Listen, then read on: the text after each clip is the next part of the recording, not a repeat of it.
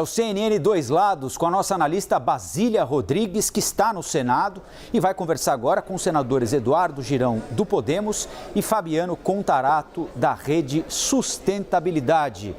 Bom dia mais uma vez, Basília. Bom dia aos senadores. Obrigado pela presença aqui na CNN.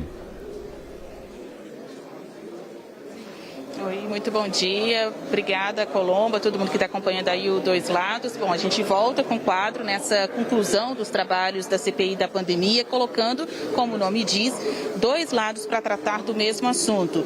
E qual é o principal assunto hoje? O relatório da CPI da pandemia. Estreando, assim, dá para se dizer, no nosso quadro, aqui do meu lado, o senador Eduardo Girão, que é do Podemos do Ceará, e do lado de cá, Fabiano Contarato, da Rede, como você bem disse, do Espírito Santo. Bom, vai ter mudança no relatório preparado pelo senador Renan Calheiros. Ontem mesmo houve uma redução do número de crimes, número de indiciados. Isso pode ser porque a CPI exagerou? Olha, em primeiro lugar, muito bom dia, Basília, muito bom dia, meu irmão também, Fabiano Contarato, vocês que estão nos assistindo na CNN Colombo. Eu acho que quem acompanhou, ou ainda quem acompanha essa CPI, viu de forma muito clara que eles perderam a mão. A cúpula da CPI poderia ter feito um grande trabalho, deixado um grande legado com base na razão e não na emoção. Eu acredito, com todo respeito a quem pensa diferente, que o debate foi tomado de ódio, de vingança pessoal, e isso fez com que a gente tivesse muitos exageros durante todo esse período. Vou dar apenas alguns exemplos, tem vários. Mas, por exemplo, você colocar o nível de indiciado uma pessoa como o Dr. Mauro Ribeiro, presidente do Conselho Federal de Medicina, entidade máxima da medicina do país, sem ouvi-lo, quando se tinha requerimento aprovado para ouvi-lo, isso, eu não tenho outra palavra para não dizer que é uma covardia. Não se dá o direito à ampla defesa do contraditório. E a gente viu um festival de agressividades aqui, né, assim, de desrespeito, de humilhações nessa CPI, que o povo brasileiro começou a ficar, no meu modo de entender, conversando com as pessoas nas ruas, seja de direita, seja de esquerda, de centro, as pessoas ficaram enojadas com o que viram no exemplo do Senado Federal. O pinga-fogo é aqui o Dois Lados, então eu passo para o senhor Contarato a mesma pergunta. A CPI exagerou e por isso teve que alterar o relatório na iminência da apresentação? De forma alguma. Nós temos que entender que o exagero foi o comportamento do presidente da República, que tem sua digital em mais de 600 mil brasileiros que perderam a vida e mais de 20 milhões que estão com sequelas irreparáveis, com uma ação direta do presidente da República. Então a CPI, e outra coisa, a CPI vigora na fase do inquérito, assim como na comissão parlamentar de inquérito, o princípio do indúbio pro società. Aqui não há contraditório nem ampla defesa, diferente da fase processual, que aí sim, a todos os processados serão assegurados o contraditório e ampla defesa.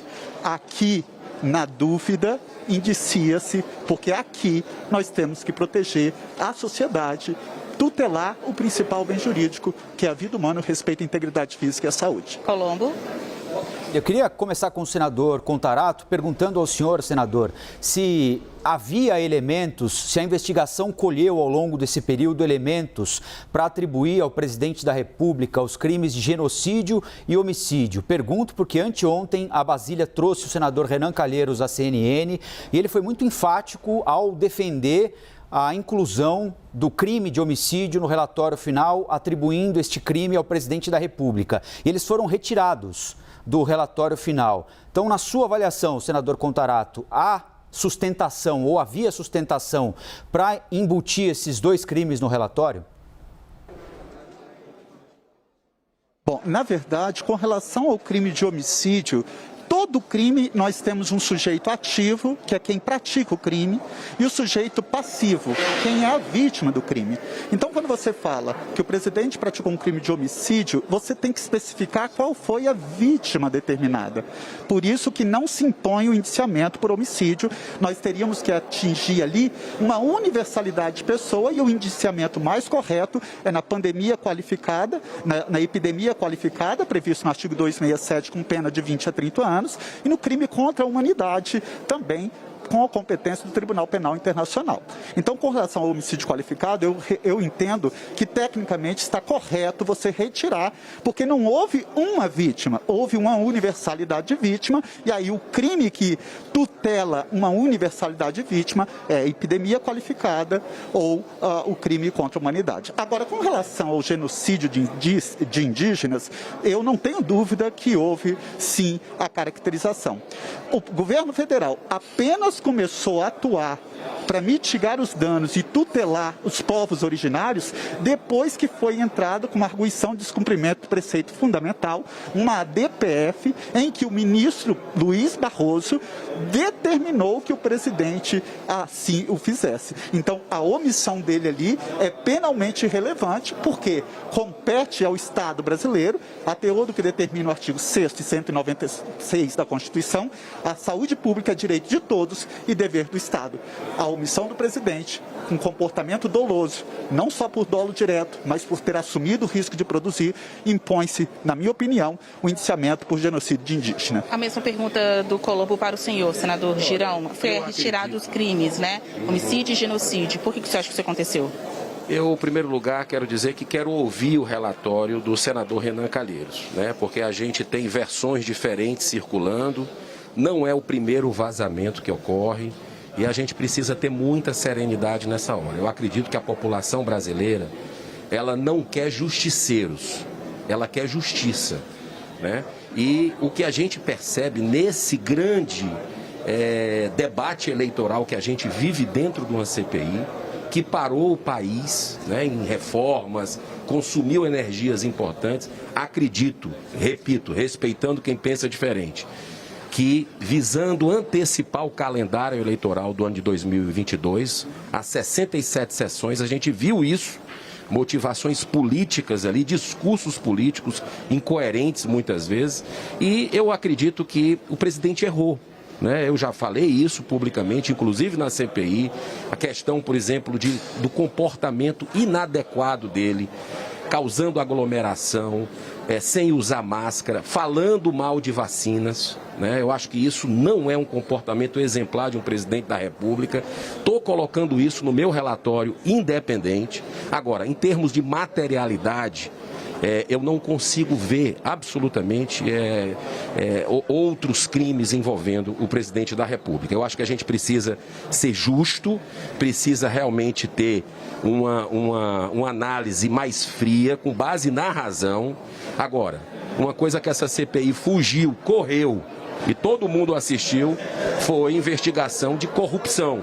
No caso, por exemplo, dos 120 bilhões de reais enviados a estados e municípios, e que a gente tem um símbolo muito claro aí no caso do Consórcio Nordeste, onde nós tivemos confissão, nós tivemos delação, nós tivemos uma série de situações que a CPI do Rio Grande do Norte fez. E o Senado, mesmo tendo verbas federais, e tem súmulas nesse sentido do TCU, e tem precedentes dentro da Casa de Investigação de Verbas Federais, não quis fazer. Ou seja, a CPI desrespeitou 45 senadores da República que assinaram o meu requerimento que deu origem à própria CPI. Olha que coisa impressionante. Então, a gente eu estou debruçado com a equipe nesse momento, vendo até que ponto a responsabilidade nisso também. Porque você pegar um requerimento e rasgar e colocar, não chamar as pessoas que tem que chamar, nós tivemos 67 sessões e só ficou de um lado. Ok, tem que investigar o governo federal, fiz perguntas a praticamente todos os depoentes, aprovei a vinda de todos os depoentes do governo federal, quebra de sigilo e tudo. Agora, você querer passar pano nos desvios que nós tivemos e que mataram vidas, que tiraram vidas, cadê a responsabilidade disso? Por exemplo, dos 300 respiradores comprados pelo Consórcio Nordeste, que jamais chegaram. Cadê a responsabilidade de Santa Catarina, que mandou 33 milhões para uma casa de massagem e que esses respiradores nunca chegaram? Senador. Loja de vinho, que recebeu dinheiro, loja de brinquedo para fazer teste. Tudo isso, a CPI foi covarde e não cumpriu o seu papel com a população A brasileira. CPI foi covarde, Contarato? De forma alguma, o colega, infelizmente, ele não tem conhecimento do que vem a ser um pacto federativo. O Supremo Tribunal Federal, ele determina, e a Constituição é clara, compete ao Senado fiscalizar o Executivo, o Presidente da República e seus agentes. Compete aos estados, por isso que a CPI lá do Rio Grande do Norte está apurando, porque é competência dos estados e municípios. Você imagine que uma CPI, com fato determinado, prazo certo e número de subscrição, tivesse que apurar todo o comportamento de todos os prefeitos e governadores. Seria um comportamento para inviabilizar. O que nós queremos é que sejam punidos governadores e prefeitos, mas na sua instância respectiva, sob pena de nós, no afã de combater isso, estarmos violando aquilo que é primordial na Constituição Federal, que é o respeito ao Pacto Federativo. Colombo. Basília, é você agora, né? Eu já acabei de perguntar, não é isso? Olha, saber aqui quais foram os melhores pontos, né? Os melhores e os piores. Vou compartilhando aqui as perguntas com o meu colega Colombo. Para os senhores, uma resposta mais curta. O que foi melhor e pior na CPI da pandemia nestes quase 6 meses de trabalho? Girão. Olha, só em primeiro lugar, respeitando muito o meu irmão querido Fabiano Contarato, discordo dele, porque nós temos precedentes aqui dentro, tivemos Petrolão, tivemos Mensalão. Tem verbas federais, repito, confirmadas dentro desses 120 bilhões que foram enviados do governo federal para estados e municípios. Consórcio Nordeste já está confirmado o envio de verbas federais, então tinha a obrigação sim, essa CPI, de cumprir esse dever, até porque a CPI foi instalada para isso. Foram 2 requerimentos, um de um colega do partido dele, que é o senador Randolfo Rodrigues, e o outro meu. Só que a CPI passou o tempo todo em cima de um apenas. Então, houve um desrespeito claro com relação a isso. Eu acredito que essa CPI, ela perdeu a chance, no meu modo de entender, de deixar um legado para as futuras gerações. Que a gente viu... E olha que eu tenho minhas críticas públicas, né? O Fabiano sabe, eu não tenho absolutamente nenhuma verba, acredito como ele também, verbas extras de governo, nem a questão de cargos indicados em governo federal. Critico publicamente algumas bandeiras do presidente, arma de fogo, uma série de situações. Agora, eu acredito que até hoje as pessoas não aceitaram, essa é uma leitura que eu faço, que o presidente ganhou as eleições. Então existe hoje um trabalho de desconstrução de forma sistemática para que não aconteça. Isso é uma sabotagem que eu vejo contra o Brasil. Quer tirar o presidente? Vai, coloca o nome e tira nas urnas. Eu acho que isso é o processo democrático.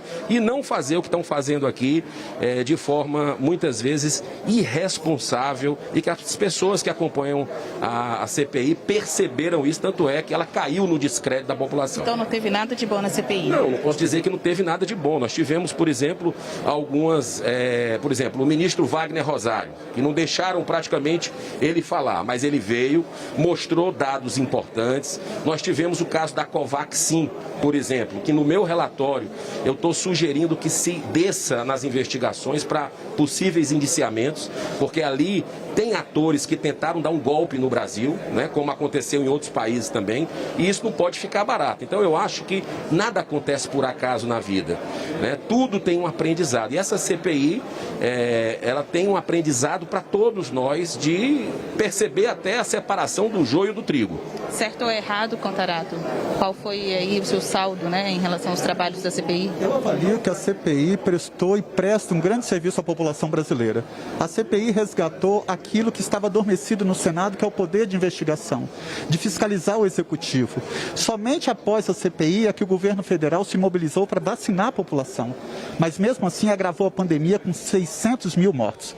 Somente com a CPI é que nós impedimos a concretização de celebração de contratos milionários com desvios e com dano ao erário público. Somente com a CPI é que nós vimos comportamento sexista quando ofendeu uma senadora chamando de descontrolada, quando me ofendeu com comportamento homofóbico. Somente com a CPI é que foi jogado luz sobre esse fato que, além de todos os crimes praticados com a digital do presidente da República, e eu reputo aí inúmeros crimes, não só no Código Penal, mas também crimes de responsabilidade previstos na Lei 1079 de 1950, 50 e no artigo 85, é que nós temos que dar uma resposta à população. Então, agora, o que eu acho mais grave, Basília e Colombo, é que nenhum ordenamento jurídico se sustenta se não for em cima de um comportamento ético.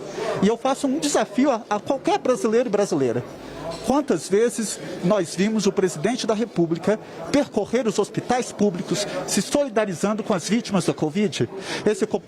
Esse governo, ele banalizou a pandemia, ele teve um comportamento egoísta, ele falou que era mimimi, chamou de gripezinha, disse que não era coveiro, chamou de idiota quem estava buscando vacina. Isso é um ato de crueldade. No Código Penal, isso é visto no artigo 59, quando se vai analisar a personalidade do criminoso. E eu não tenho dúvida, a personalidade do presidente da República é totalmente voltada para o crime. Colombo. Basília, eu queria perguntar para o senador Girão e para o senador Contarato, repetir uma pergunta que eu fiz ontem ao senador Omar Aziz. Existe uma compreensão meio que generalizada na sociedade, né? Não vou entrar no mérito se justa ou não, os senhores como políticos certamente já ouviram isso, que CPI não dá em nada, CPI é para político aparecer, que geralmente não tem consequências. Nesse momento já de balanço da CPI da pandemia, na avaliação de vocês, a CPI ajuda a alterar essa percepção do povo brasileiro? Ou seja, a CPI da pandemia terá consequências a partir de terça-feira que vem, quando o relatório for votado? Começando pelo senhor. Olha, em primeiro lugar, eu acredito o seguinte, que essa CPI, ela virou pizza para a corrupção. Viraram as costas para investigar os bilhões de reais e muito desvio que matou muita gente no Brasil inteiro. Essa CPI se desmoralizou porque não quis investigar isso. Isso é fato. Com relação ao relatório, eu acho que ele já começou errado com um relator que tem um filho governador. Eu sempre disse, entrei no Supremo Tribunal Federal, inclusive, no início, com todo respeito ao senador Renan Calheiros, mas ali é um conflito de interesses que não tem solução e que perdurou até o último momento. E acredito que a sociedade brasileira, que se mobilizou muito no começo dessa CPI, hoje ela tem uma visão um pouco distorcida pelo que viu, pelo que acompanhou, né? Por o que eu falei aqui, inclusive indução de respostas do relator em muitos momentos, né? E isso passa uma imagem para a população de que tem que resolver tudo na base da agressão, na base do desrespeito. E eu acho que nós, senadores da República, temos que dar exemplo.